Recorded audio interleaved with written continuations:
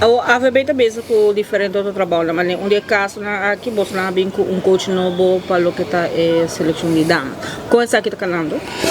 Bom, agora está recém que ela começou, mas eu não sabia se está via nos Technical Development Manager, estava em contato lá, ela que faz, mas eu não sabia se nós temos vertido op de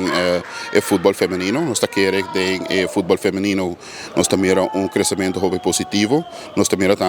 mais e mais puxa morrer, está ganhando oportunidade para vai jogar na Holanda, a nível mais alto, isso é torta boa notícia e está refletir bom desenvolvimento que tem da qual está o futebol feminino.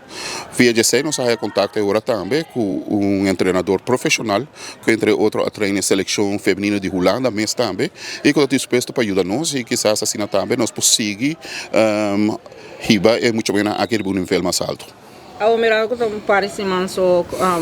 de training também como o desenvolvimento de muito bem na mesa. Também é bom, está aqui não, a pessoa está na Holanda, está estacionada não, pero está bem trein, pero tem também seu staff aqui não na Aruba mesmo também, e tem grupo toch grande na Holanda de muito bom não, que está jogando no nível alto, que está treinando não, seguro positivo. Nós está participando na Corsau outra luna de torneio amistoso, com participação de Corsau, com Bonaire e Trindade e Tobago, me dá que sendo uma boa oportunidade para nós mirar também o primeiro passo na Antoco e bons coach aqui a turma. Recentemente, na luna de março, nós seleção de Caballero, amistoso na República Dominicana, nossa invitação para Hunga, e na junho nós tínhamos a querer que o torneio da lookout mancheta e o de eliminatório para mundial contra a seleção de Corsau, qual vega tomou lugar dia 8 de junho.